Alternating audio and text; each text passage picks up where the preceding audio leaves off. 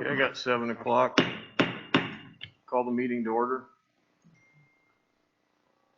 There's no items to be added? Oh, sorry. We'll do the roll call. Recorder, please call the roll. Counselor Soulsby? Here. Counselor Savage? Here. Counselor Fleck? Here. Counselor Stennett? Here. Counselor Irvin? Here. Counselor Roberts? Here. Mayor Gowan? Here. There's no items to be added to the agenda, correct? Brings us to item 4, appearances of interested citizens for items not on the agenda. This is a time for citizens to comment on items not listed on the agenda for a maximum of 30 minutes. Individual speakers must be recognized by presiding officer, provide their name and address, and will be allowed up to 5 minutes or less with council approval. Comments regarding any matter scheduled for public hearing may be provided only in that hearing. Comments on agenda items will be taken prior to council's discussion on that item. Council will not engage in any discussion or make any decision based on public comments at this time. However, the council may take the comments under advisement and for discussion and action at a further council meeting. So, on the sign up for online, I have Lisa Colgan. They not here. And Joyce Settlemeyer. I don't see Joyce. Johanna Z. Yep, that's me. Okay, go ahead. Hi, thank you so much for giving me this time. So my name is Johanna Z. I live on 316 Quincy Avenue here in Cottage Grove, and I just wanted to, I prepared something because, a lot of us are just really concerned. We count on you, the city council, the mayor, the city manager, to make decisions that are in the best interest of our town and our community. The hope is that you're going to make these decisions using your experience, your wisdom, and your compassion to guide you in making those decisions. But what we're seeing, however, is a grave conflict of interest, a lack of transparency, and outright lies. This past weekend, a bus showed up in our town and workers went to great lengths to accommodate them, paid for by FEMA, a government organization that is well known at this point for its intimidation tactics and threats to anyone who does not follow their agenda. So in response to this show of force against humanity, more than 24 residents showed up to make it clear that we did not want or need them in our town. Yes, some people were so disgusted with what was going on, like the forced restraint of a young girl who was screaming, that they reacted in kind. Who wouldn't? If you heard someone yelling for their dear life, wouldn't you intervene? The mother then proceeds to physically attack one of the protesters, not even the one that was saying something. So if you don't know by now that these injections can be lethal, I invite you to remove your head from the sand, clear your mind, and do some research. 17,000 doctors stood up in D.C. yesterday opposing these draconian measures. Top scientists, whistleblowers, and undercover videos permeate the internet. I'm all for choice, okay? But I am also for informed consent. And there was no informed consent. I am a former medical professional and a researcher. And when you go in the hospital for a procedure and you have to have anesthesia, for instance, you have to sign a form that you could die from that anesthesia so that you understand fully the benefits. This is not what is happening here in our town and with any of these clinics. A recent Columbia University study showed that the vaccine adverse event reporting system cases were drastically underreported. This is Columbia University. This is not just somebody complaining about something. They indicated that it was at least 20 times what we are seeing. So now scientists are saying get your booster and you get AIDS because it crushes your immune system. You have a history of cancer, they're saying within 2 weeks you're going to see a recurrence of that.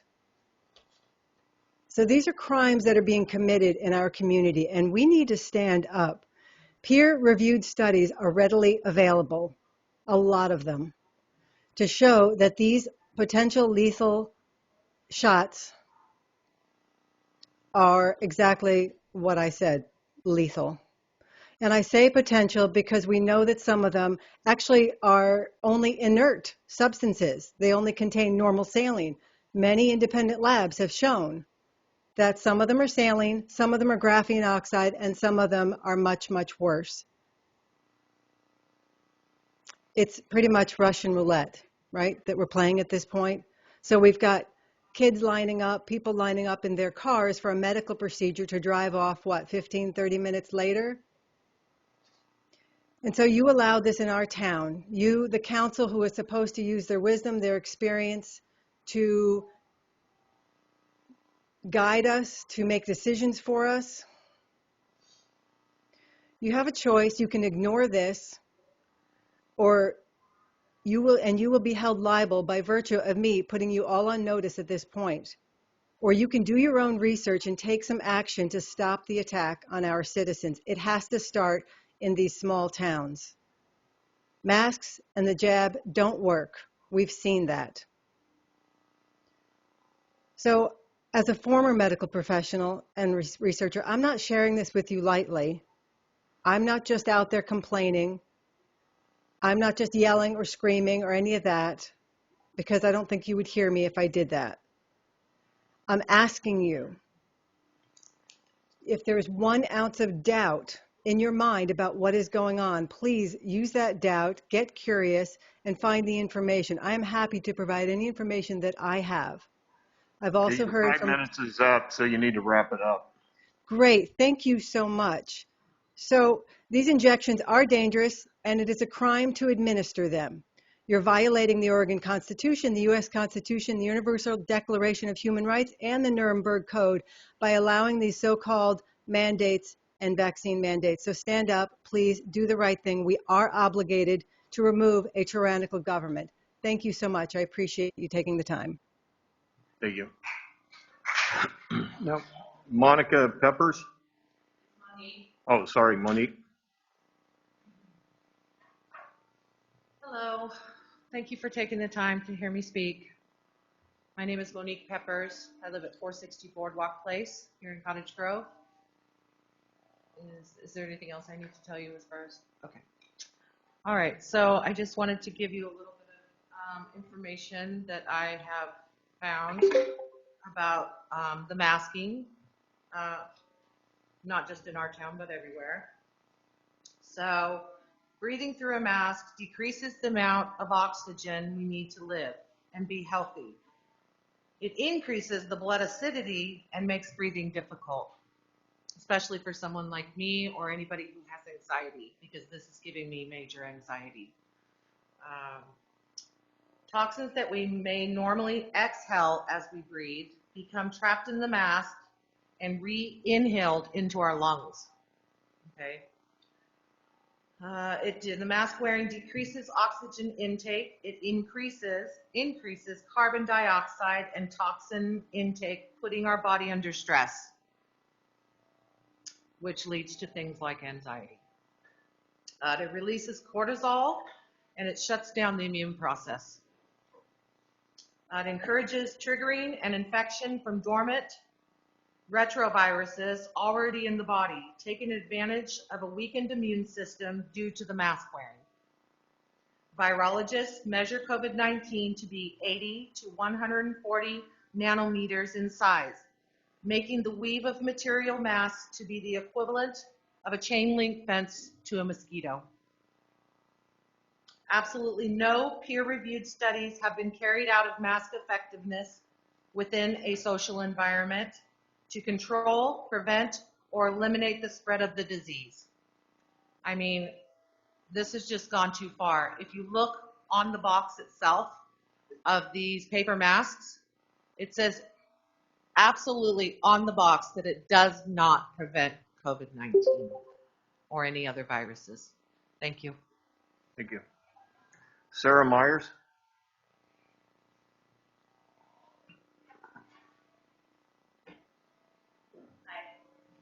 for your time. My name is Sarah Myers, and I am a resident of Cottage, Oregon. Could you give your address for the record, please? I would prefer not to. Excuse me? I would prefer not to. It's,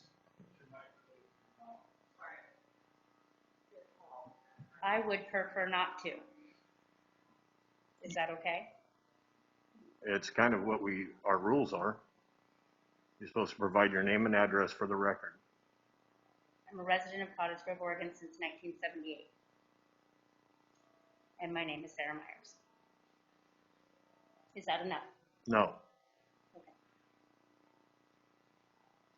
Bill Christensen.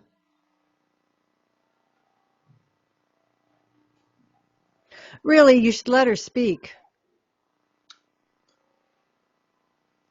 Bill Christensen, 1337 Elm Avenue, Cottage Grove, 97424.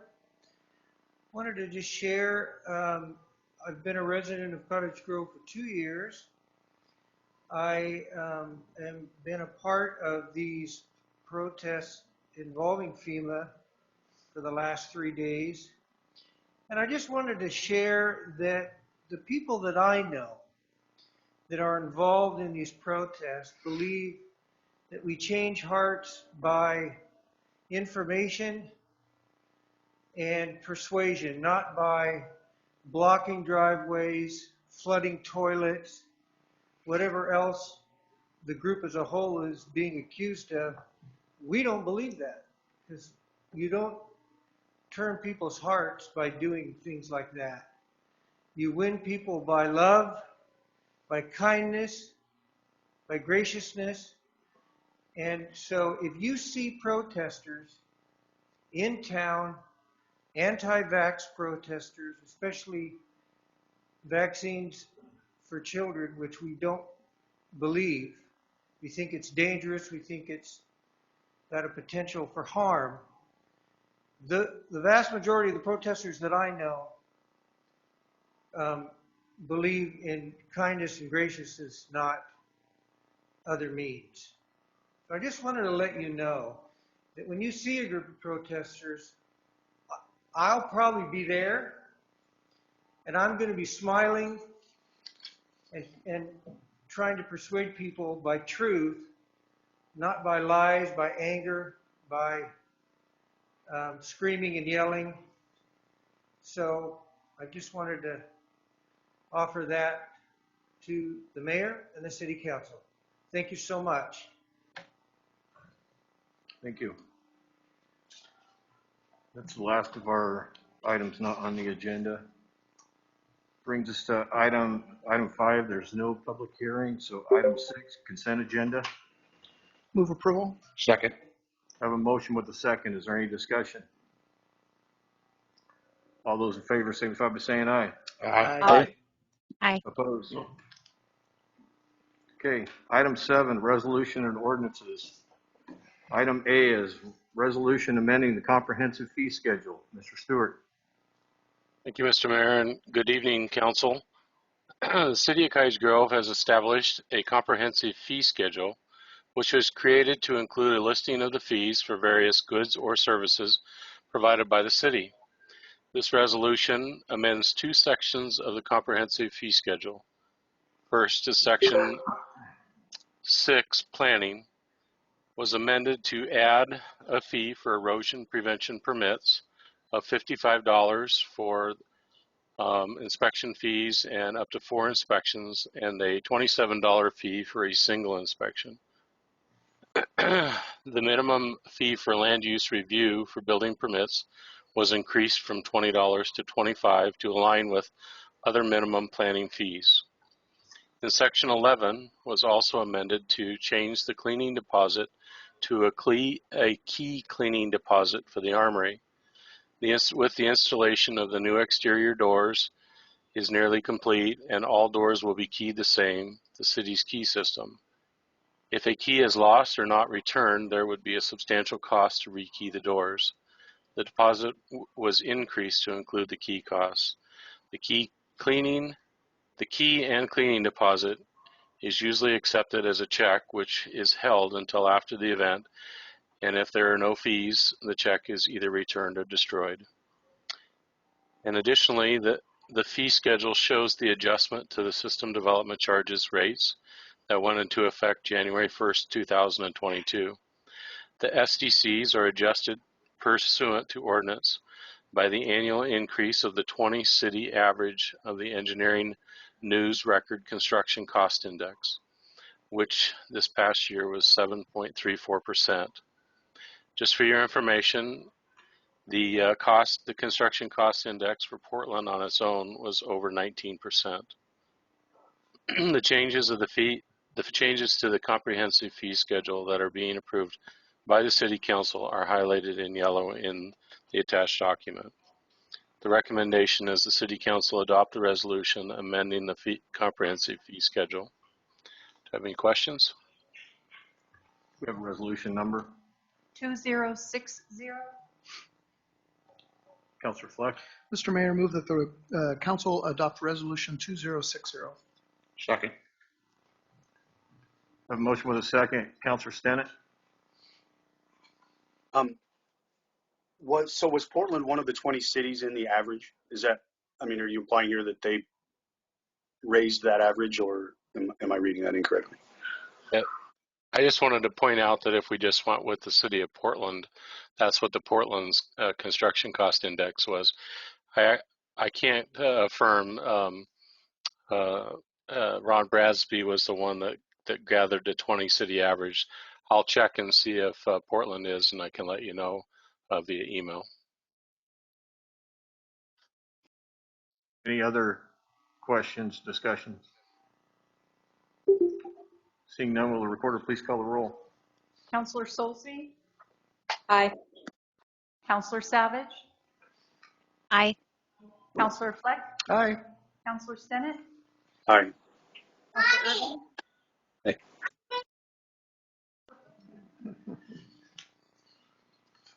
Counselor Roberts, Aye. Mayor Gowing. Aye. Okay, so resolution 2060 passes. We will go to item B, resolution establishing appropriation within the special trust fund for the expenditure of unforeseen specific purpose donation from the First Presbyterian Church's Earth and Social Justice Committee and Ministerial Association. Ms. Likens. Good evening, Mayor, Council. A little bit of background. The city's been provided with a donation currently in the amount of $400 with the potential of up to $2,000 or more from the First Presbyterian Church's Earth and Social Justice Committee and the Ministerial Association. The donation is to be used specifically to provide assistance to persons in the community through the police officers of the city of Cottage Grove when they identify a need. The campaign is entitled Passing on Kindness. Mr. Bruce Kelch of the First Presbyterian Church approached the police department to see if funds could be accepted to help individuals they come across in the time of need, be it for a pair of shoes, gasoline, a meal, any need they determine can be addressed. The initial donation of $400 has been received with additional donations anticipated. The amount of $2,000 is being proposed to be established to accommodate future donations for the specific purpose. If the funds are not spent in the current fiscal year, the trust fund maintains the integrity of the purpose of the donation, and it's carried forward to the next fiscal year to be appropriated and available for expenditure. And that's until there aren't any funds or it's not being funded any longer. In order to lawfully spend the money that's being donated, the city must comply with the requirements of a local budget law. Expenditures in the year of the receipt of grants, gifts, bequests, or devices transferred to the local government and trust for a specific purpose may be made after enactment of a resolution or ordinance authorizing the expenditure, and that's per ORS 294.338, subsection 2. It's staff's recommendation that the City Council adopt the resolution to establish the appropriations for the use of the donated funds for the purpose stated in the amount of $2,000. Can I have Bruce Kell signed up to speak on this? Yes, thank you very much for the time. And I'd like to thank Bert and Richard and Scott for working with me to come up with this idea that and make it manageable for the city. We were talking about trying to create a fund that would provide each officer about $100 And that's where we came up with the $2,000 because there are about 20 officers and maybe 21 including Scott. But there are a couple pieces to this that are very appealing. One is that it empowers police officers to use their own discretion on what the needs are, and it provides some resources for them to be able to act on that. And it is up to their discretion and empowerment to make those decisions. So when I've talked to people about the idea, people are quite excited about it. I think from this point on, with the City Council's approval of this resolution, we will proceed with some fundraising. I think it'll be pretty easy to do, to come up with this fund and to continuously have it funded. I think it has a great appeal to people. I think it's a way of working through the police for kind acts in our community, and that's always a good thing.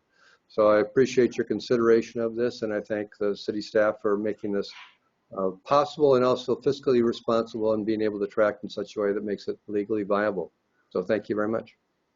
Thank you. Councilor Urban, did you raise your hand? Thank you, Mr. Mayor. Yeah, I just want to make a comment and then and a question.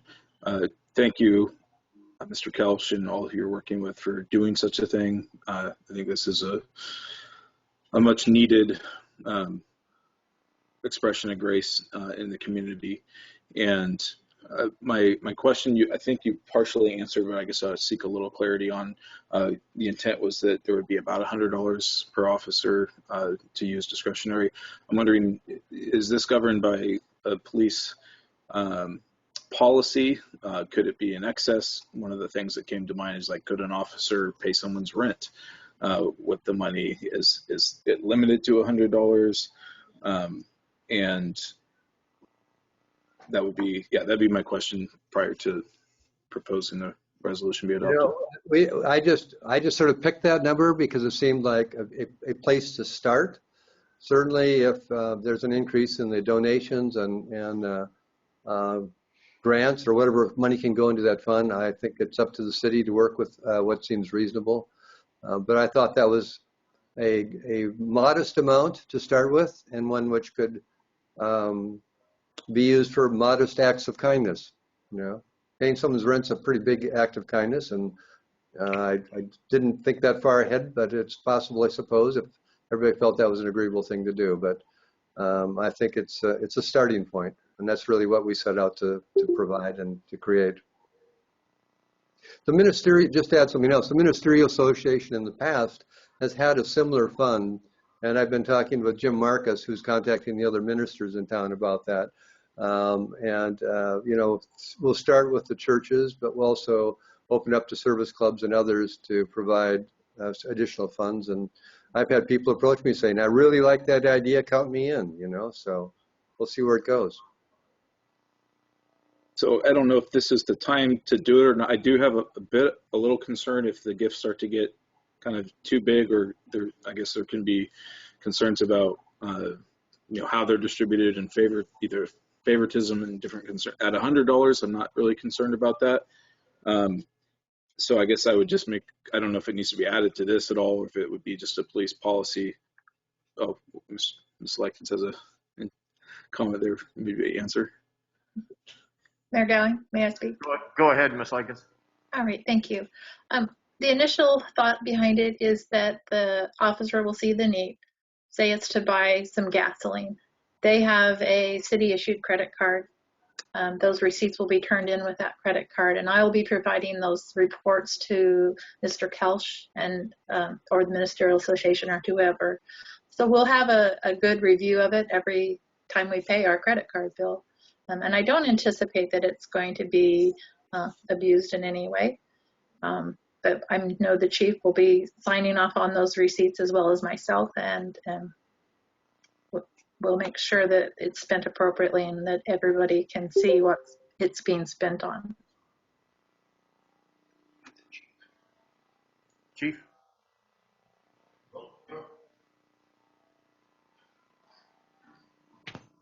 Scott Shepard, Chief of Police, Cottage Grove. I just wanted to add that I appreciate, and when Mr. Kelch contacted me, I was familiar with the ministerial program to do meals, provide gas in the past. That became something that group stop doing. And there's a need. Our officers on I would say, a regular basis throughout the year have used their own funds to help people in need.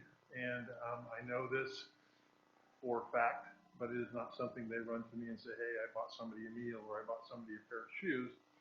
It is simply that I hear it from a second or third party that they're doing these good works. That's why I really appreciated Mr. Kelch's contact. I understand concerns about misuse.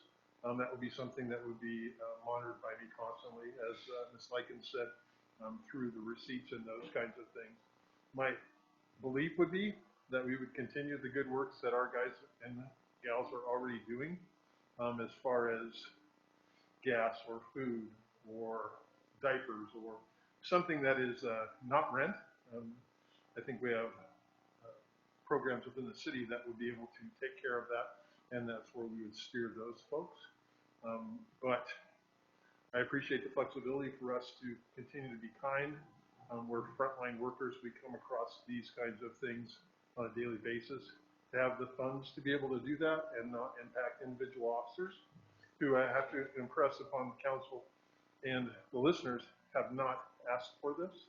They have not sought out, hey, can you give us some money so we can give it away? That's not the case. This would just be a continuation of good works that they've already been doing, and it would have less of a financial impact on them. Do you have any questions for me? Thank you, Mayor. Thank you. Thank you. Candace. Councilor Soulsby. Thank you, Mr. Mayor. I just have a real quick comment. I want to say thank you for this. I think this is a great idea. And living downtown, my husband and I witness a lot of what goes on. And there was a lady not too long ago that was having some sort of a mental breakdown and was being pretty abusive to another person, and the police were called. And the officer obviously knew her. And the first thing he said to her was, have you taken your medication? Have you eaten today? Have you got enough water? It was very caring and really touched us. And so, you know, in order for them to have the funds to do this so it doesn't come out of their pocket, this is great. Thank you. Councilor Fleck. Well, why don't I go ahead and get this out of the way? Mr. Mayor, move that the council adopt resolution 2061. Second. I have a motion with a second. And if I could continue, I also totally support this. In fact, I'd like to make a donation myself, so count me in. I do witness the police quite often, in my role at community sharing. And I got to tell you, these are just great folks. I really appreciate the kindness and firmness, which are both required in these roles. And so they have done a great job. I'm also always conscientious about making sure that monies are used appropriately, and I totally trust the chief and the officers and the finance department to account for that. So I totally support this. In fact, so much so that I'm certainly going to make a donation myself. I would encourage anybody in the future to do that. As we talked about Friday, even if we ended up with more than that amount, that money would just be carried over to next year, and then we could, appropriate that monies in the next budget cycle. Any more discussion? Seeing none, will the recorder please call the roll? Counselor Soulsby, Aye. Counselor Savage, Aye. Counselor Fleck, Aye. Counselor Stinnett, Aye. Counselor Irvin, Aye. Counselor Roberts, Aye. Mayor Gowing. Aye. Okay, resolution 2061 passes. Brings us to item C, resolution authorizing execution agreement with South Lane Wheels. Mr. Stewart. Thank you, Mr. Mayor. The city is the pass-through agent for the Lane Transit District to South Lane Wheels for Federal Transit Administration Section 5310 funding. It funds elderly individuals and individuals with disabilities program and the state of Oregon special transportation funds for the elderly and people with disabilities, which is known as STF funding. For the 2021 through 23 biennial year, there are $91,438 per year in STF funds available and no SFTA 5310 funds. The funds are reimbursed on a quarterly basis, and the agreement that's being recommended, authorizing the city manager to sign, is the same agreement as in past years. I will point out this a little bit delayed. We didn't get these to the council for consideration. They kind of got lost, but they're here for your consideration now. Any questions? Councilor Fleck. Mr. Mayor, move that the council adopt resolution 2062. Second. Second. I have a motion with the second. Is there any discussion? Seeing none, will the recorder please call the roll? Counselor Soulsby, Aye. Counselor Savage, Aye. Counselor Fleck, Aye. Counselor Stinnett, Aye. Counselor Irvin, Aye. Counselor Roberts, Aye. Mayor Gowing. Aye. Resolution 2062 passes. Brings us to item D, resolution to authorize execution agreement with South Lane Wheels. Mr. Stewart. Thank you, Mr. Mayor. So this is very similar to the one I just spoke to. The city is required to enter into an agreement with South Lane Wheels regarding the administration and implementation of the 5311 federal funds to be used for their operation. The attached resolution authorizes the city manager to execute the agreement with South Lane Wheels for the administration and implementation of the grant.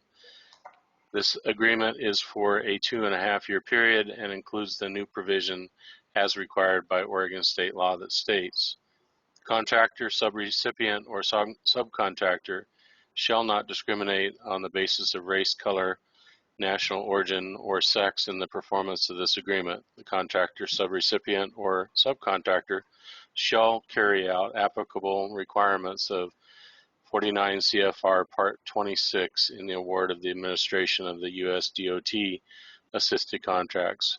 Failure by the contractor, subrecipient, or subcontractor to carry out these requirements is a material breach of the contract, which may result in the termination of this contract or such other remedy of the as recipient deems appropriate. The recommendation is the council adopt the resolution. Councilor Fleck. Mr. Mayor, move that the council adopt resolution 2063.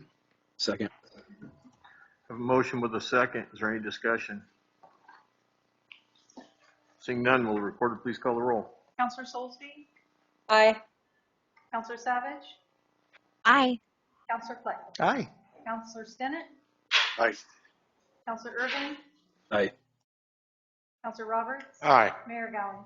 Aye. Okay, resolution 2063 passes. Brings us to item 8, business from the city council. Item A is a leak adjustment request on Witherspoon Court. Mr. Myers. We experienced a water leak starting in March of 2019 with Witherspoon Court. It's located on Penoyer. The leak began in March. We changed our meter halfway through March, and at the halfway point when we changed the meter on March 8th, March 21st, it was already 441 gallon. The consumption amount was 448. The previous whole month was 406. And so the leak had already started. We changed our meter, and then when the new meter was put on, the rest of the month was 602. And that was in 2019. In November of 2020, we notified Witherspoon that there was a leak, apparently, and we noticed it really jumped up. It jumped up over 2,789 or something like that. They said, no, there's no leak. We don't see anything. Went to December. We notified them that there was a leak. Again, they did have a leak detection company come out, and they found the leak. The leak was about 120 feet from the meter over by Unit 14, when the meters are over by the utility shed that's across the parking lot. As a result of fixing their meter, according to our city code, once the leak is fixed, we take the last month and split out the difference between, and we pay half and they pay half, essentially, of the increased amount to give a leak adjustment for that last 1 month. Our code does not allow us to go beyond that, and so this is a request from Witherspoon to have the City Council consider doing something to help assist them with taking care of that leak. They are asking for essentially the wastewater portion of the leak. The total leak was over $17,000. They're asking for $10,051 if you remove the $872 that we split out and gave them a credit for already. And that would be for just the wastewater portion of the bill from that March all the way through the January of 21 when they got the credit. So it's before the council. This is your discretion to consider. The Witherspoon Court is a senior low-income housing run as a nonprofit, and I know that the Gants are here as board members, as well as Bruce Kelch, and I believe that they were going to have Mr. Gant speak as from the board on the issue as well.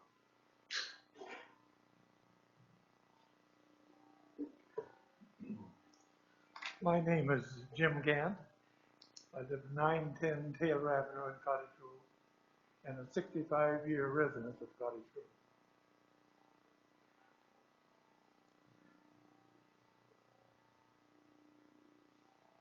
A little bit of history.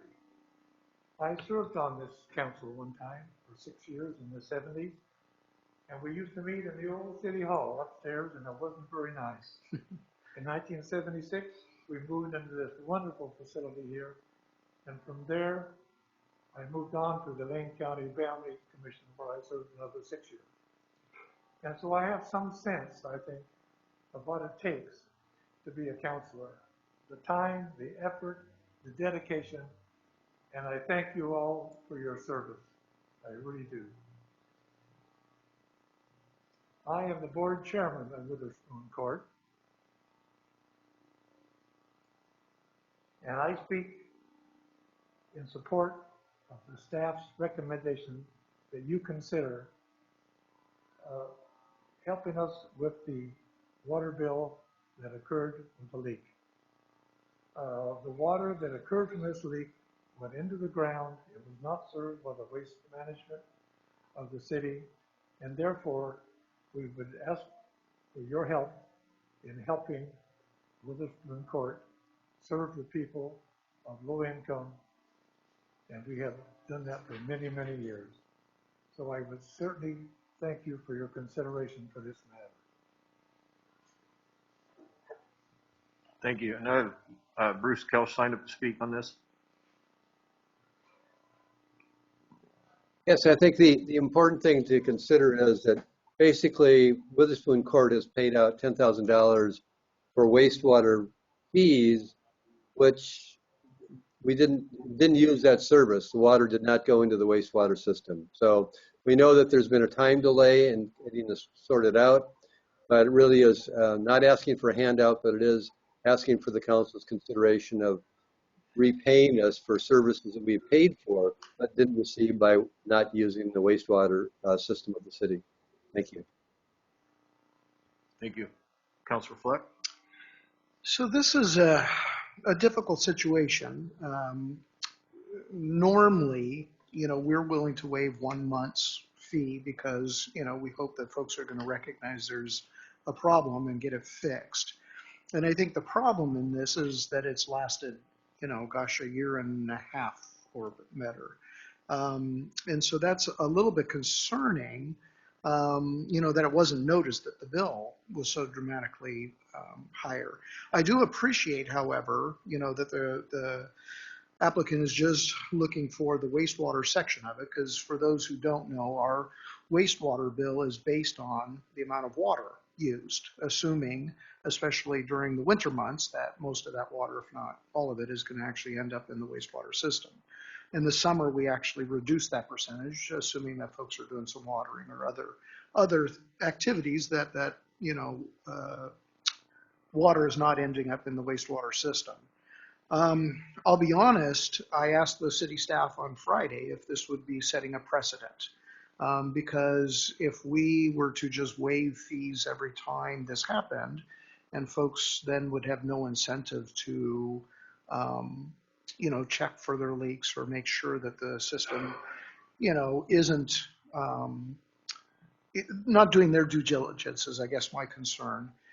That said, this agency does great work for our city and is a nonprofit. And that's got to be a tremendous burden on the budget of a nonprofit. I run a nonprofit myself, and I would absolutely gasp at losing $10,000. Oh wait, our roof just went bad. So yes, I understand exactly how that feels because that's about what we're into it on our one roof. So at this point, I think I would be inclined to support waiving this fee with a really very firm statement that I'm going to be very reluctant in the future to do these for other folks unless it's just compelling argument that somebody that is doing this kind of good in the community and somehow missed this sort of thing. Like I said, my biggest concern here is about setting a precedent because we do get these requests from time to time, and to the extent possible, we do need to treat everybody who comes before us the same. And so I think we're making an exception here, and I'm okay with that. Like I said, because we have a nonprofit doing great work in our community, but I would hope that in the future, more diligence around, when the fees are incurred. That's it for me. Councilor Irvin? Thank you, Mr. Mayor. I'm going to fall just on the other side of that, support and not support this. And it's not a reflection on the good work being done. It's not a reflection on the affordability of homes being provided through this organization. And I also don't fault the ask for it. It's a lot of money, and it's a big burden to bear. The point about not having used the wastewater, I happen to be on a well in town, and I know my rates are based on averages used by other people about how much I end up paying for the wastewater. And I'll tell you, I'd love to get a rebate for all the years I've lived here for what I haven't actually used. So that argument doesn't quite add up for me. And we have already, through the code, extended the same reductions of fees as anybody else would be afforded. So I think my judgment call on this would be out of general fairness to every other utility paying organization and individual. It's really too bad. I really hope that you can take this up with whoever is responsible for it at the management company, because I feel like that's where the responsibility lies. Thanks. Councilor Savage? Thank you so much, Mr. Mayor. I'm going to come right down the middle. I love that you guys have each said something on either side of this, and I feel really conflicted in learning that the city notified the company twice that there was a leak and that nothing was done. I think of, I try and put myself in somebody else's shoes. How would I feel if? And it's incredibly difficult to come upon this situation and go, oh my gosh, holy cow, reverse, let's get this figured out. And I've been in a similar situation, although not this high. And somebody hacked into my Amazon account and charged a bunch of things on a monthly fee, and I didn't notice it for 8 months. I took it to Amazon, I took it to my bank, and both companies said, I'm sorry, you should have noticed it, you should have been watching your bank account. They were very gracious, however, and my bank did say we will reverse the last 3 months' charges. So where my heart lies is it aches for the experience, but this is definitely a learning experience.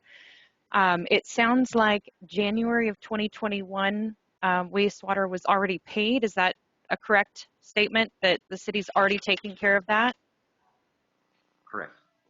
So I would propose that we accept and we repay them for December and November for a total of 3 months, but the rest is kind of, I'm sorry, it's definitely a learning lesson. Thank you. Counselor Soulsby. Thank you, Mr. Mayor. I lie somewhere in the middle there too, between Counselor Irving and Counselor Fleck. That to me, I can't look at it as nonprofit versus private citizen. It is a precedence that we're creating, and I'm concerned about that. However, I do feel that it was a mistake, but and like Counselor Savage said, it has to be some sort of a learning experience. And I hate to say that because I know that they do good work, but the management, I do have businesses, and and that's frustrating when your bill goes up and you may not notice it for a couple of months, but beyond that, I would vote to lie somewhere in the middle and go with Counselor Savage's suggestion. Counselor Fleck. So I do want to just make everybody aware, they're only asking for the wastewater portion. I would assume the water portion was a like amount, was it not? Yes. So I believe even if we grant this, that agency is out about $10,000 that they're not asking for assistance on. And I just want to make sure that when we're making our decision, we're making it, fully aware that yes, they are definitely going to have some pain. Like I said, I'm concerned about the precedent setting as well. But I also know that our nonprofits in this town get tremendous support from this community. And I just feel that we're kind of compelled, I feel compelled to support them in this one. But I share your concerns. I would hate to have everybody in town come to us when we already have criteria set up. So I'm going to not make a motion because I'm not sure where we're at. If there's no more discussion, I'd entertain a motion. Counselor Stennett. I've heard several of us now in various ways sort of indicate that we're kind of in the middle and sort of not committed either way on this, but maybe more so toward one direction or the other, which I can completely understand. It seems like the way, it seems like the place to be with regard to this issue. I mean, I think everyone appreciates the work that this nonprofit does. If it's the case that a property management company was notified and should have probably caught this beforehand, it seems like their mistake and not the nonprofit. Recognizing the good work that this nonprofit does in the community should prompt the property management company to do their utmost to make sure that something like this doesn't happen. I think it seems to me if those things are true, then that's where the mistake lies, and that's where the compensation should be sought. That said, I wouldn't be opposed to some sort of good faith refund or reimbursement to the nonprofit, just recognizing and some compassion from the city in terms of how hard this has to be. I think maybe 3 months, or even, I don't know about a dollar figure that seems fair, but I think being as we all sound like we're kind of in the middle on this, then maybe that's where we should maybe take action. Counselor Irvin. Thank you, Mr. Mayor. I guess I'd be interested to hear what measures have been taken with the property management company. Is the property management company comprised of the same members of the organization itself, or what is going on with that? Most companies have errors and omissions insurance.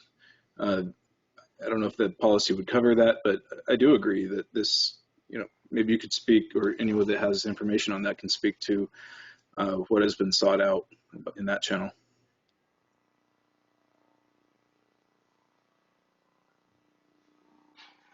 Councilor Soulsby. Thank you, Mr. Mayor. Suggestion maybe is the amount over their normal use for the time that they didn't know about it for only the sewer portion is a possibility. And also, I'd be curious to know if this was an automatic deposit on the bill or if somebody was actually writing a check every month. Because, I mean, that's also very different to me. It's not automatic. The payment is not automatic. It's made every month. So that's what I can tell you about that. Mr. Kelch. I was going to say, Kim Showman is on the call here, and she represents the property manager company. Hi, I'm Kim, and I just wanted to say that yes, the property management company does feel some responsibility for not recognizing the leak that happened at the time.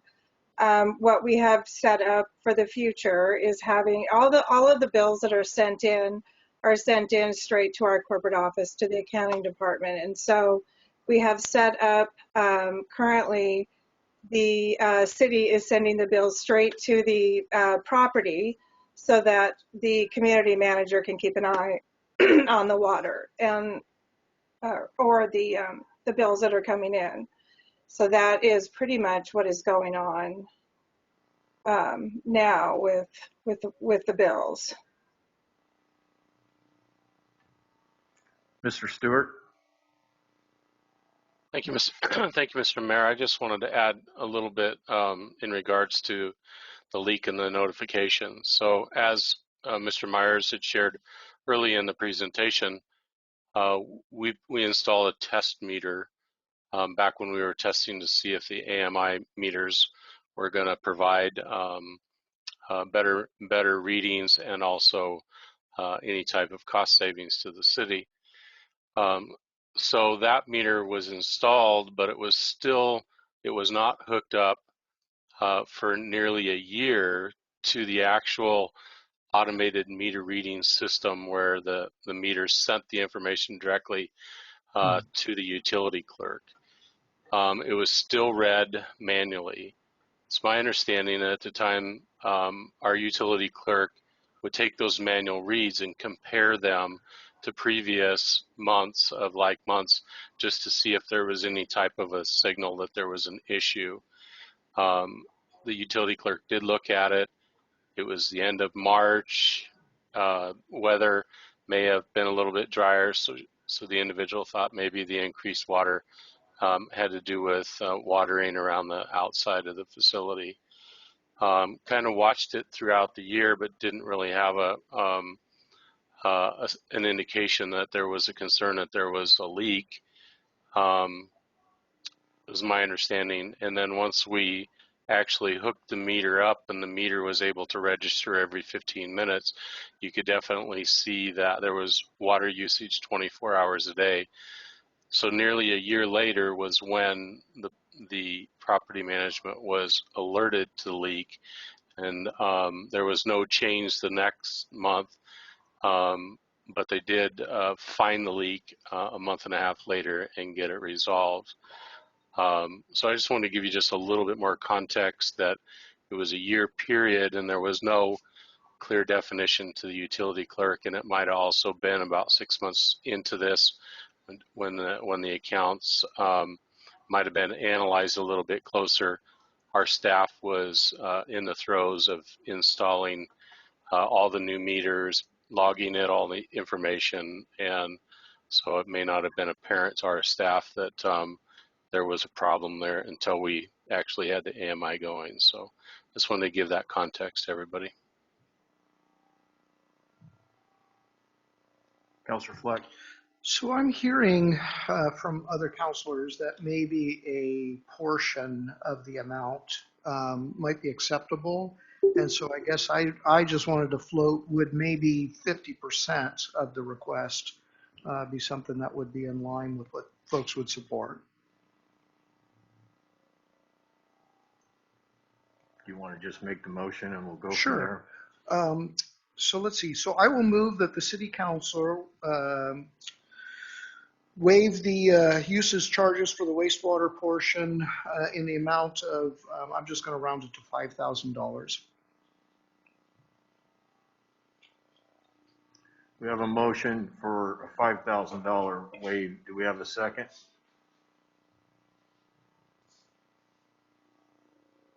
Councilor Stennett? Can I ask, are we waiving charges or are we refunding charges Oh, that have already been paid? Refunding, I apologize. Okay. So do we have a second? Seeing none, it dies with the lack of second. Does anyone want to make another motion?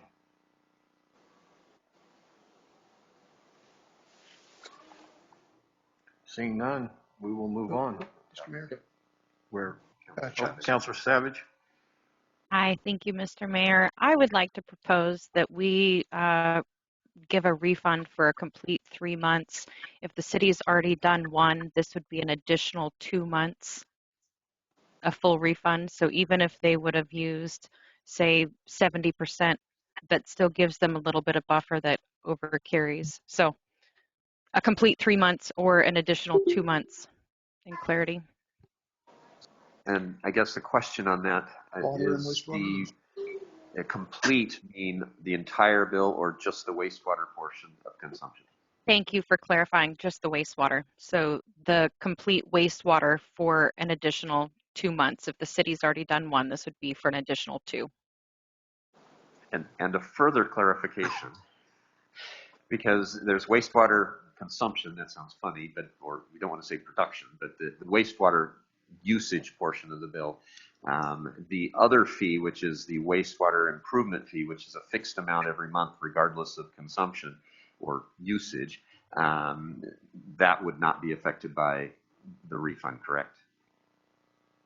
Just the usage portion. That's a great question. When you said the city has already refunded 1 month, which was equal to $800, what did that look like? That was a split of the month, and so it wasn't the complete amount of wastewater. It was a portion of the wastewater under the schedule that we do. So if you wanted to do 3 complete months of the wastewater usage portion, then that would be the way to say that. And then we can figure out, count what we've done already and figure out what that was and how much more or less of that would be a month usage in the last 3 months. Okay, so say that one more time, because that's what I want. A refund of the total amount of the last 3 months of usage, which would include what we've already refunded in there. So we do the remaining amount of the last 3 months after we've taken out what we've already refunded. Okay, so let me try this again. I would like to propose that we refund a total amount of the last 3 months of what was used, which includes what was already refunded. For wastewater. For wastewater, yes. And that's your motion. That's my motion. We have a second. I'll second that. We have a motion with a second. Is there any discussion on that? Councilor Urban? Thank you, Mr. Mayor. I'm just curious, if we were to separate this discussion off into, we like what this nonprofit is doing and we just want to give them a gift as a thank you, as a refund, would that change our decision-making process here? Because that's what I'm sensing we're reflecting in this motion and then the discussion. And to me, that feels pretty unfair to everybody paying these utility bills, just on its face. And so I just wonder, to keep it, the process clean, we have a procedure, we refund a month, that's to everybody. It's non-discriminating. But what I feel like we end up doing a lot of times is we want to express our gratitude to the nonprofits that are doing things we like, and we end up making concessions, and then I think there is already a precedent set that they come to council and ask for special treatment, for lack of a better word, in terms of either SDCs or fees or refunds on things that are really their responsibility or the responsibility of their companies. And it's a bit concerning to me that we're doing this. And if I'm perceiving this incorrectly, I'd love to be corrected. But that's what I'm sensing is happening right now. And I'm concerned about that. Ms. Likens? If I may, I will say that during our discussions about the refund and the usage, et cetera, it did come up that the nonprofit is in need of replacing a roof. And I know other nonprofits have come to us and asked us for donations for specific purposes.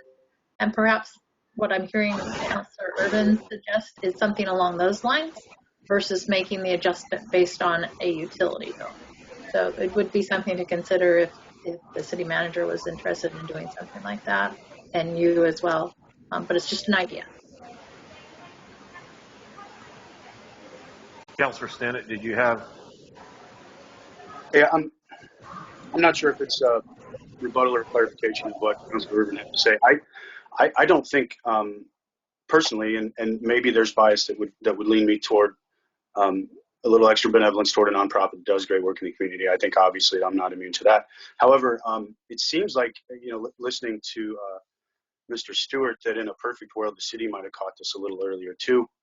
Maybe that's why we give a bit of a refund as opposed to, we like you, you're doing good work in this community. That's kind of why I think I could support a little more of a refund and compensation for something that, I don't think, I think, again, in a perfect world, maybe someone would have caught this and stopped the process. So that's kind of why I think I could support a little bit more compensation.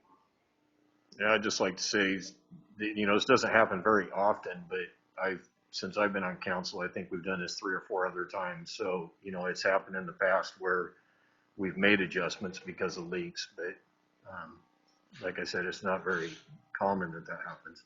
Councilor Soulsby, you had something? Yeah, thank you, Mr. Mayor.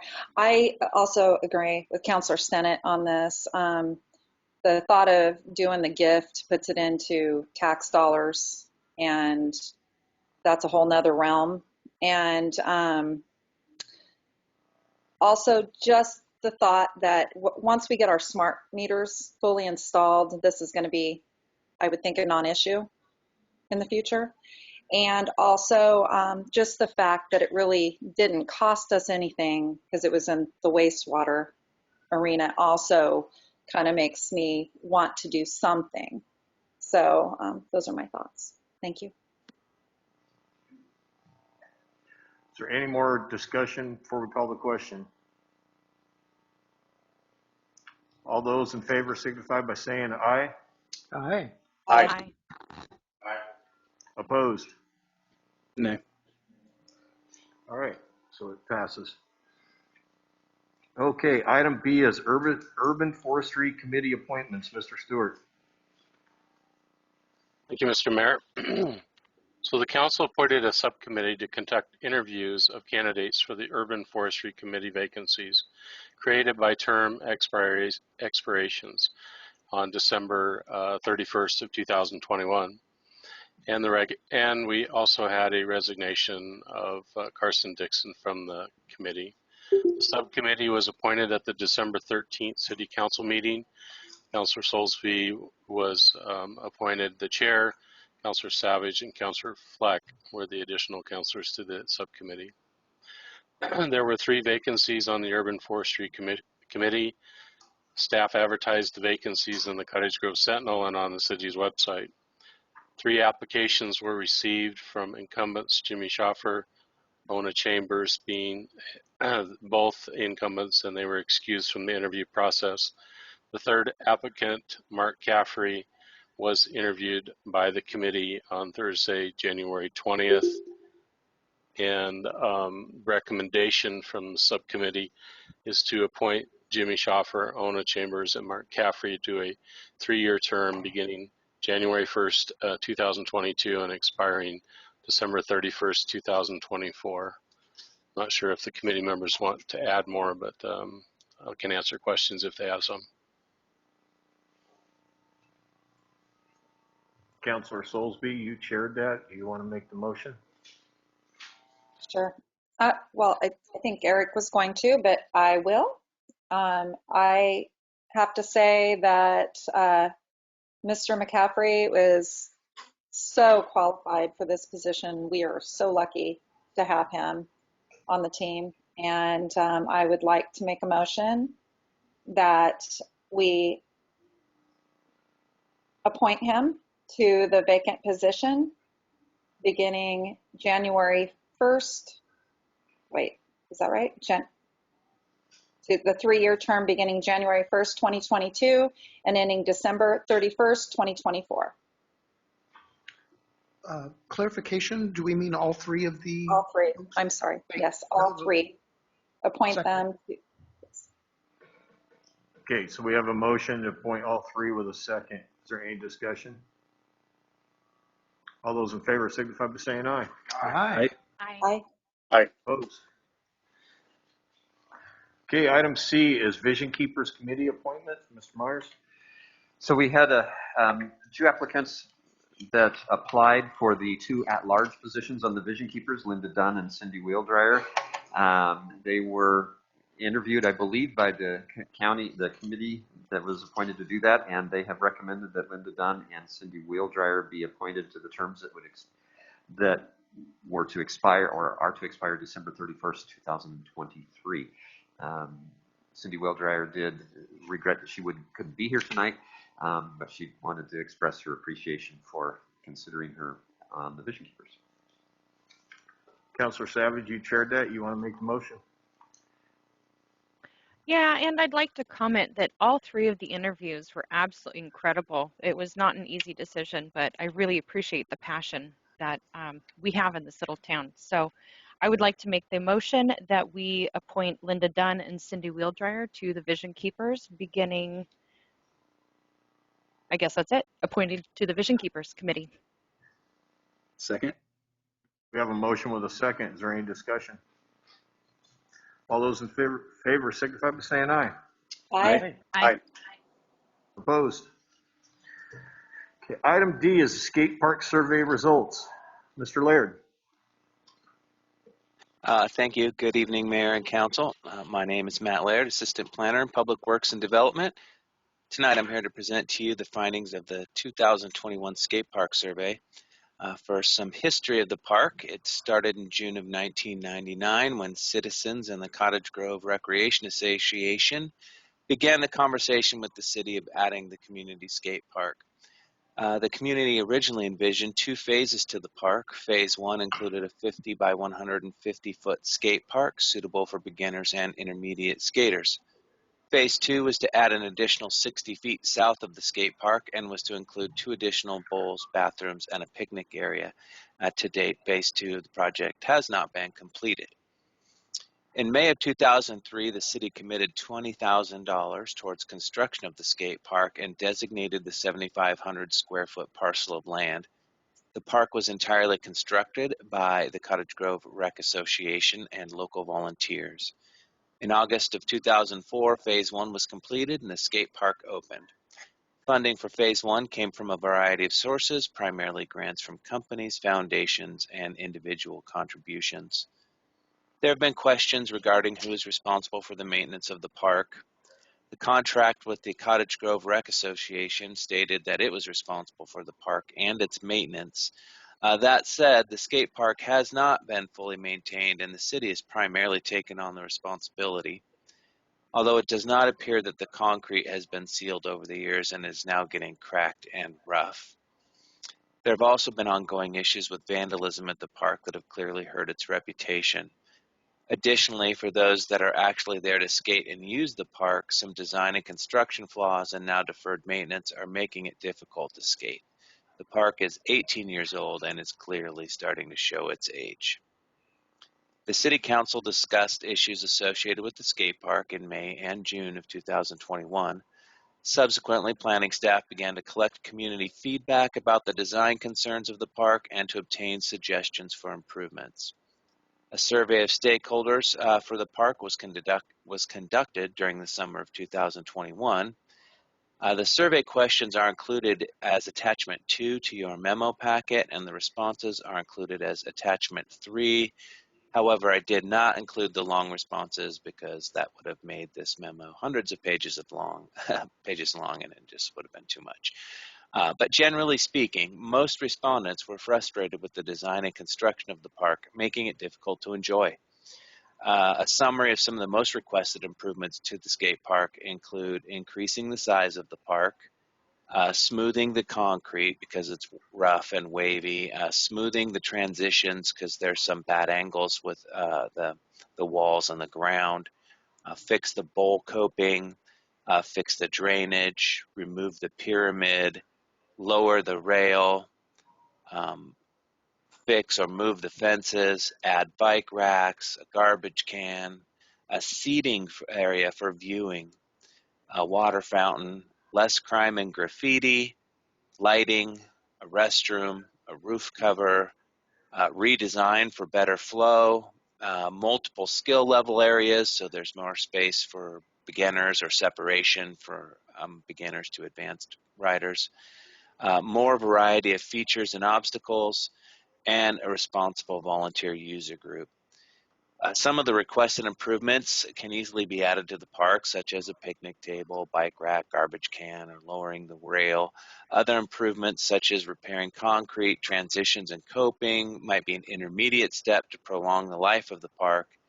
And increasing the size of the skate park, constructing a full redesign, or adding roof structures and whatnot would be larger capital improvement projects that would likely require outside funding sources. The typical steps for developing or redeveloping a skate park are the formation of a volunteer group to advocate for the skate park and be that project champion, community engagement to create awareness, garner support, fundraising, networking and organizing of volunteers, budgeting. There's design and construction, that's the RFP and bid process and construction process. And then the one that's often forgotten is the maintenance and operations, and that's the rules of the park, the management, the ongoing long-term stewardship. Our recommendations are to try to group requested improvements into short-term and medium-term and long-term goals. Begin discussions with ODOT about acquiring additional public right-of-way on the old Highway 99 right-of-way to expand the size of the park. Continue to reach out to professional skate park design companies and obtain additional information about design and cost. Start a community conversation regarding establishing a volunteer group, and begin dialogue with companies and foundations regarding grant funding opportunities. Thank you for your time, and that concludes my presentation. Councilor Irvin. Thank you, Mr. Mayor, and thank you, Mr. Laird, for taking up the survey and conducting it. This subject has been of particular interest to me since we started using the park, and it seems like we're at a bit of a crossroads with the park in its current state. When I look at this, I see a hole in activities for certain age groups, from outside of school, from middle school through high school, and young adults alike. And I think the area of focus on the skate park is because it provides opportunity, or at least the potential to start the discussion and see what can be done to facilitate outdoor activities for all age groups, that can be done potentially year-round. And so having that viewpoint, you look at the skate park and I see potential there, but also see if it's not maintained or if it's in its current state, it actually becomes a habitation for nefarious behavior, an eyesore to the community, and it displays I think in its current state, a statement to youth and those that use it, which is it's the neglected, outcast, caged in, separated kind of presentation. And a lot of that, I think, has to do with how it's been abused by a lot of the youth. So I'm glad that we're having this discussion. I want to continue having the discussion.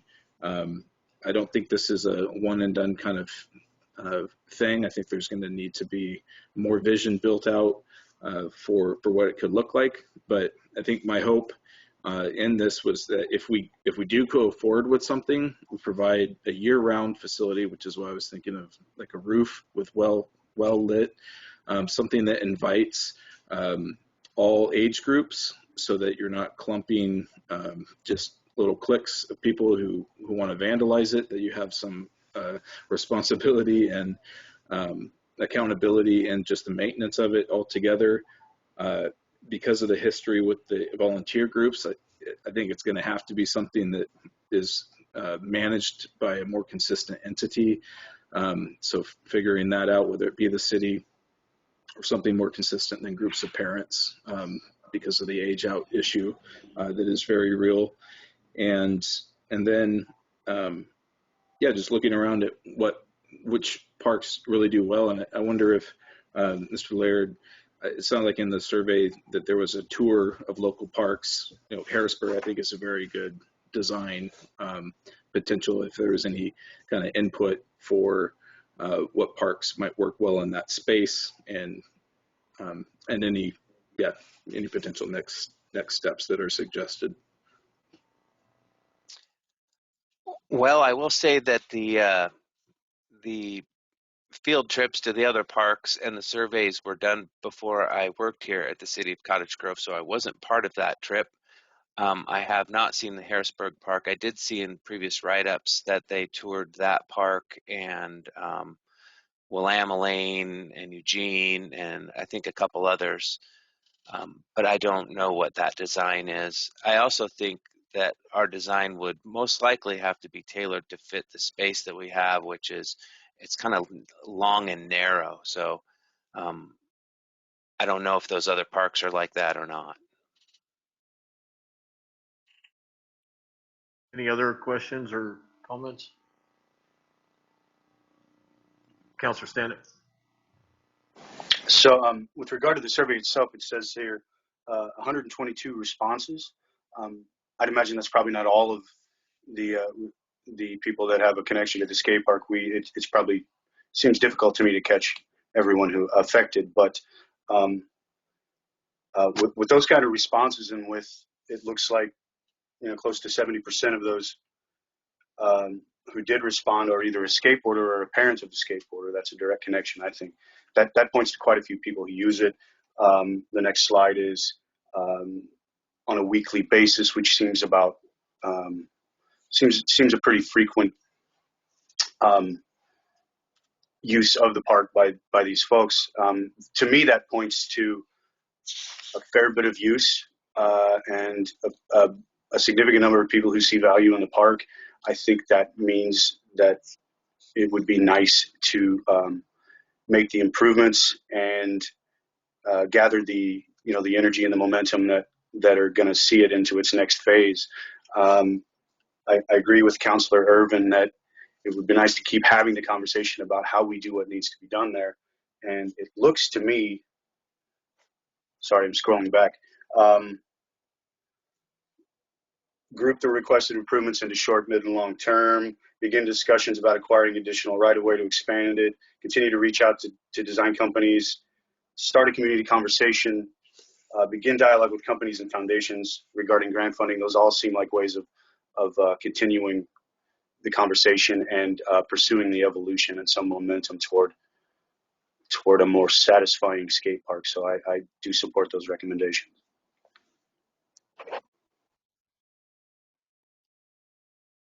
I think talking to ODOT is a must because part of the skate park is on ODOT. So that's got to be first step. Any other? Thank you. Thank you. Okay, item E is Affordable Housing Implementation Plan Advisory Committee appointment.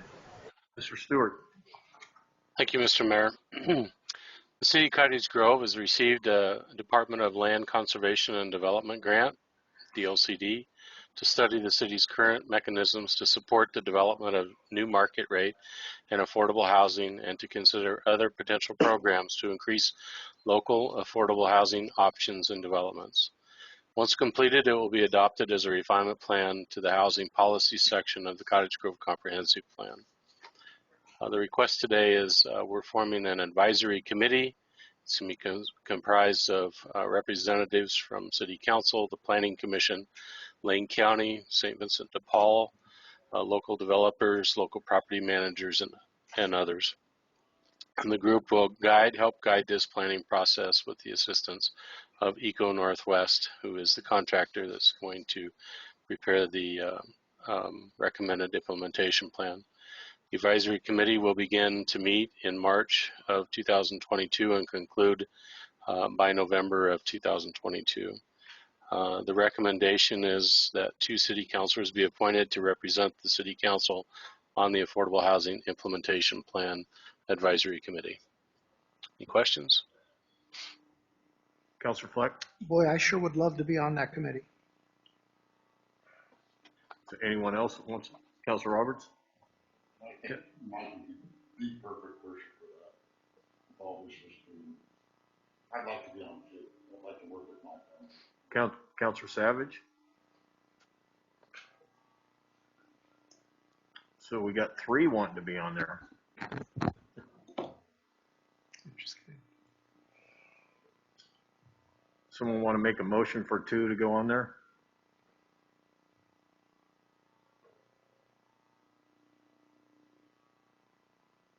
Councilor Urban. I didn't hear who else wanted to be on it.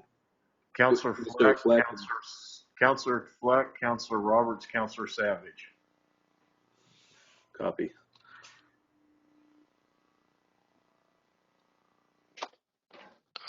Mr. Mayor. Yes, Mr. Stewart. Yeah, thank you, Mr. Mayor. I don't think there'd be a problem if we wanted 3.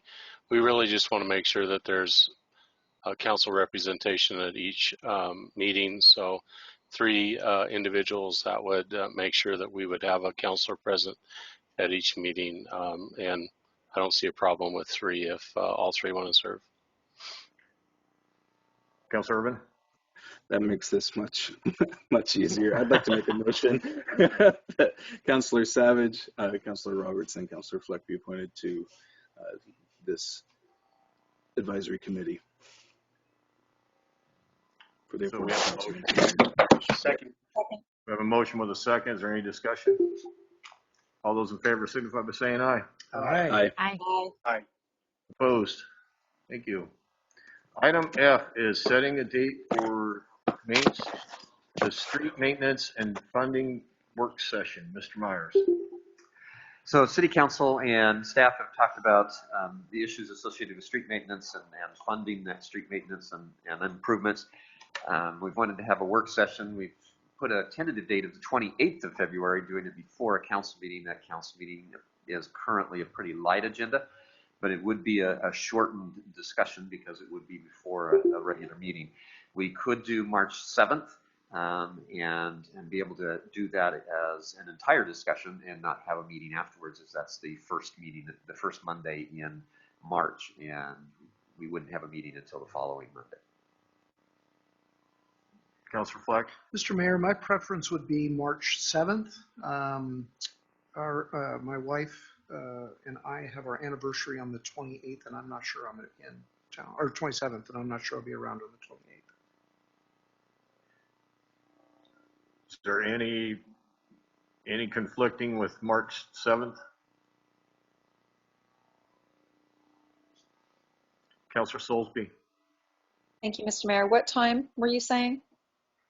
We could start that at 6 and run it till 8. We could start it at 6 and run till 9. You could start it at 5 and run till 7. It's up to you. We could start it at 5 and run till midnight, whatever you want to do. Like 6 to 8. 6 to 8 work for everybody on the 7th? Seeing thumbs up. Okay. Concerns of council. Councilor Fleck. Okay, I've got a couple items. First of all, I'm appointed to the LRAPA board as one of my council appointments, and we had a meeting today. We've had 3 different meetings to discuss whether LRAPA, which is a quasi-government agency, should join the PERS system or not. LRAPA currently has an 8% match to a retirement, another type of government retire system.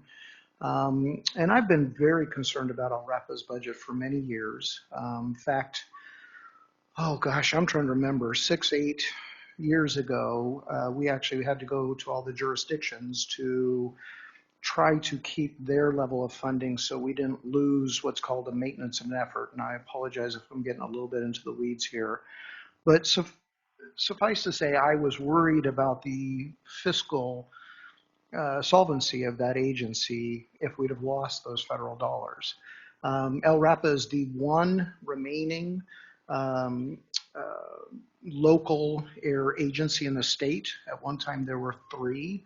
The other 2 have gone away, and DEQ now manages air quality in the entire rest of the state other than in Lane County. When I joined this, I think it's been 11 or 12 years ago, I wasn't sure about whether LRAPA made sense or not. Why are we as a local agency paying into another agency that's basically doing the same work that DEQ would do for us without us paying into it? I did learn over the years, though, that there are some huge benefits of having a local air agency. We have greater monitoring of air toxics and ozone and PM2.5 and PM10 and a number of concerning items that are, problems nationwide that we're mandated to check under EPA and DEQ rules. I found that the agency has been very good over the years in educating folks who burn when they shouldn't or burn the wrong items. Often if they sign a waiver saying, gosh, my bad, and I won't do it again, they would have their fees reduced dramatically or waived. And I became a huge supporter of LRAPA. I'm now just very, very disappointed in the lack of fiscal responsibility that this direction of this agency has taken. At one point, I felt like I wasn't sure I wanted to serve on that committee anymore because I've really lost my support for LRAPA. But I actually think I want to stay on that committee now because I believe that it is my duty, having been there for many years and chaired it for 3, to hold them accountable going forward. So when, and I'm not even going to say if, when these PERS costs go through the roof and when they reach out to our city for more funding, I think I'm going to be that person that says, I told you so, and I kind of hate to say that. But we've seen what PERS has done to our budget. We have groups in our city, we're paying 30%. So let's just hypothetically say an employee is making $100,000. We're paying $30,000 into that person's retirement in the PERS system. This is just the worst boondoggle our city or state has ever had. I think that it was just a devastating mistake, and the people involved were the ones who were recipients of this. So the court cases that have been decided about the future of PERS were decided by PERS recipients, and the judges were PERS recipients, the legislature is PERS recipients, and I just, it's just wrong. I'm sorry, I'm not opposed to paying people a fair wage and good benefits, but this is killing services statewide. It has been fixed with the tier 3, but the problem is, as our tier 1 and 2 employees retire, the legislature will have no choice but to come back to the tier 3 because they won't have anybody paying into the system to support it. So in any event, I appreciate your patience listening with me. I will still continue to serve there, but I will have a very critical eye on their future, and I will report to you if I get to the point where I feel that that agency is no longer viable. So with that, I'll go into the next item, which is the comments we had from the public today. And I guess this has been such a tough couple years. I have heard the term COVID fatigue. I absolutely have COVID fatigue. Our agency has been overwhelmed with the need that this pandemic has created. As an example, our agency in a normal year would distribute about $100,000 in rent assistance. We've given out, I think $7 million so far in the last year and a half. I've hired, my staff has tripled in size, and it's been overwhelming to say the least. So when I hear people complaining about the pandemic, boy, I sure get it. But I also am a guy who reads everything. And so everybody knows I also serve on the Lane County Public Health Advisory Committee.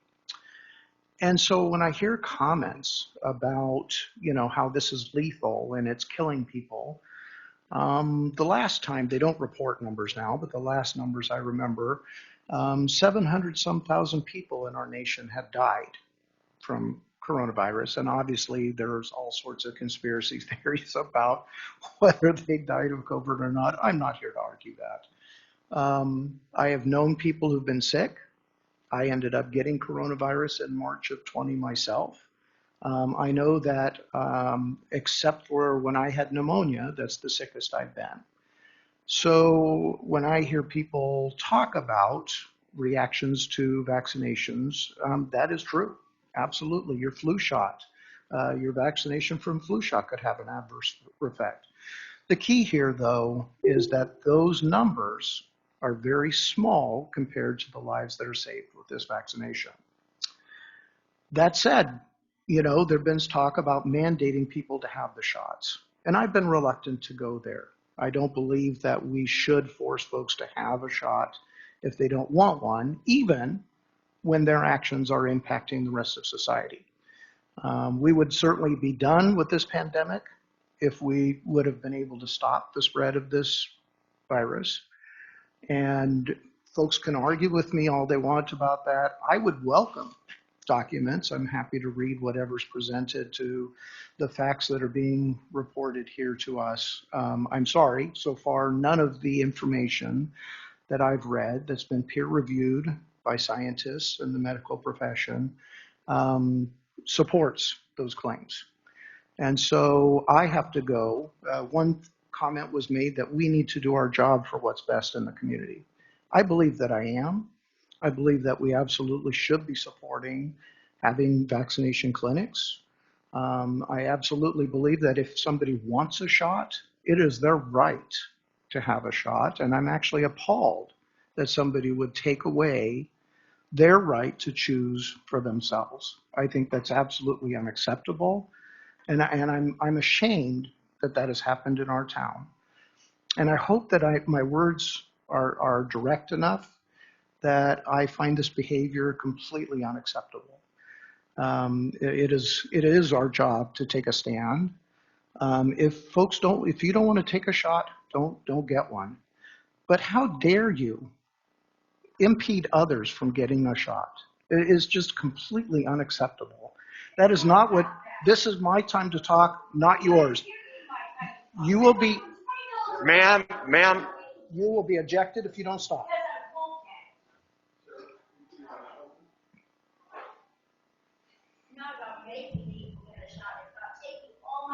This is not your opportunity to speak. I was quiet during your time. You will be quiet during mine. You did not allow her to speak. Can you mute her, Richard? Thank you. So the way council works, for those who don't understand, people may have you have an opportunity to say what you want during concerns, the public input. Under concerns of the council is my opportunity to give my thoughts. This is not a back and forth.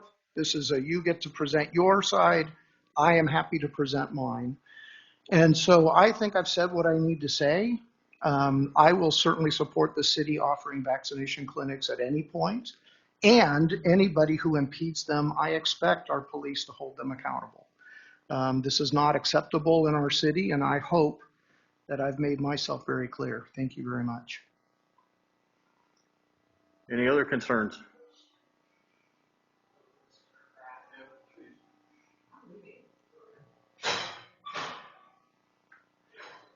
Councilor Irvin? Thank you, Mayor Gowing. I have two items. Just a report on the Lane Workforce Board. We have a new interim director being appointed, and that's Ashley Espinoza, taking over for Christina Payne's position. So that was the primary content of our last meeting, was setting that up and discussing. There was concerns brought up at the meeting about racial bias or just bias in the process, and what the process would be should be determined that the interim director not be fit for the position, and how much time we would have to find a new one. I don't believe the concerns were specific to the director, but just in general about the process. But that took up most of the meeting, so that's just a report on that. The other point was looking for an update on the Taylor Street Sidewalk project. I believe last concerns of council I mentioned it, and since then I received a letter from one of the residents asking for an update. They're unaware of if the bid has been selected or chosen, what the timeline might be, and based on the last meeting we had, a neighborhood meeting, Mr. Bradsby was present. It looked like we were going to see if there was going to be able to be a window for construction in the winter. I'm guessing that has passed since, so I don't know if we're looking at spring, but look for an update on that. I know the residents there are interested in that as well. And that is it for me. Thank you. Mr. Stewart? Thank you, Mr. Mayor. Councilor Irvin, as you know, our city engineer is retired. He is working back up to 16 hours a week. I believe he's going to assist in this project. We are shooting for more spring, early summer for the project. I'm also in the process of seeking proposals for engineering services from outside firms to see if it makes sense for the county or the city to be using a outside firm for engineering services. I would envision that if we move that direction, that they will be part of the design of what needs to take place to replace the sidewalks and the curbs for that area. So once I know more about it, the RFP closes February 4th, and then we'll go through the process of interviewing, scoring, and seeing if there's a firm that works well for the city of Cottage Grove. So I would, if you're getting comments, you're more than welcome to direct them to me, but I'm guessing that it's going to be late spring, early summer when that project will take place. It would probably be also good to not have it when school is in session. That area is highly used in traffic concerns already on a normal basis. So I would probably lean to hopefully shooting for right after school, getting out for the project to move forward. Any other concerns? Councilor Soulsby? Thank you, Mr. Mayor. I just want to say a comment about the people that spoke earlier against the vaccines. And this is a really touchy subject, and it's highly fueled with emotion. And there's people on both sides of the fence.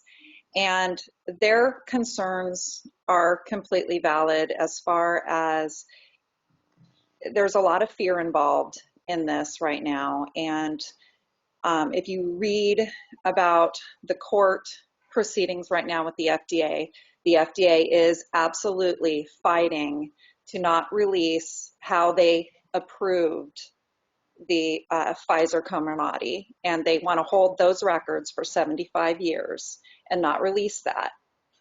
So that would instill a little fear in people. And so I do completely understand that. With that being said, I do believe if anyone is going to protest, it should be in a respectful way, absolutely, and always. It should always be someone's choice if they want to be vaccinated or not. And I, for one, believe it should be their choice not to be vaccinated as well. I do not believe in mandates. So with that being said, I do support them coming and speaking tonight, just like I think we should always listen to our citizens, no matter what if their view is against ours or against yours or against mine or with mine. We should always listen so that we can hear both sides of that. Thank you. Councilor Savage. Thank you so much, Mr. Mayor. I just want to echo what's already been said. My heart aches with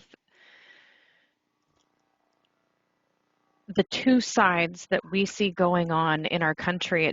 It's in our country, it's in our state, it's in our city. And I really would love to find a way to sit at the table and talk and listen. I echo with what Councillor Fleck mentioned, that he would love to read any articles. I agree with that. I'm happy to educate myself. I'm happy to listen. I know when I get really frustrated with something, it's because I feel like I'm not being heard. And I would love to extend that and say, I want to hear you. I want to understand. Educate me. But let's talk about it. Let's be respectful about it. I don't feel like I need to change anybody's mind, but I also don't want my mind changed. So there needs to be some sort of middle ground where we can agree to disagree and have that be okay. And when we had the fires a couple years ago, it didn't matter what political party you belonged to or what religion you were or where you grew up or whether or not you're brand new in town or if you've been here for generations. People came together in a time of crisis to help one another because that's what we do as deeply human. It's rooted within us to help. And my assumption is that is where a lot of this passion in protesting is coming from, because the fear to help, but we've got to come together. We've got to figure this out. We've got to agree to disagree. And I don't know how to do that, but I want to extend an ear and I want to hear. I want to support people, especially folks that live here in town. We all need to be heard. So that's what I have to say. Thanks. Anyone else? All right. We will go to business from the city manager report. As you saw in the Friday update, we have our bridge beams, all 11 of them. We have some great pictures in the Friday update. That's an exciting project where we were able to get those beams for free, where they would usually cost us over $800,000. The shipping was expensive, but we would have had to pay the shipping to get them new as well. And so we have those stored. They will not spoil. So however long it takes us to move forward with building the bridge on Cleveland there, we'll have those in place and ready to use when we need to. So that's something that's a significant saving for us as we look at our transportation issues. It's also a pretty sustainable way to build a bridge, rather than having them destroyed and pulverized and then having to spend all the energy to do the same thing over again in 5 years, 10 years, whenever it is. This is a great way to save some of that energy and actually be sustainable in that as well. Only one other city, I believe, took bridge beams. The rest are going to be destroyed because ODOT needs to get them off the property from that project.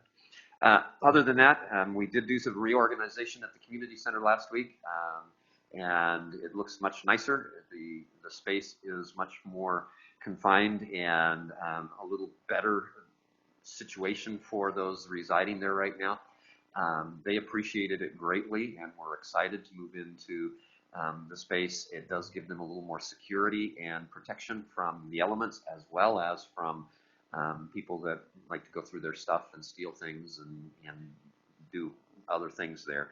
And so we're excited by that. We do have new rules. Every one of them that is in the facility signed new rules, and we actually had to let one of them go today and usher them off the property for failing to follow the rules after just one weekend. And so the rest are actually happy that that person is gone as well, because it was a disturbance to them as well. So, so that's a big plus, and we are continuing to work. Next week is our, I believe it's next week. I wish it wasn't, but next week is our homeless work session, and we will have some information and more details and some options there. That's from starting at 6 o'clock next Monday. I'll let you. Okay. All right, we have no attorney tonight, so there's no items removed. We're adjourned.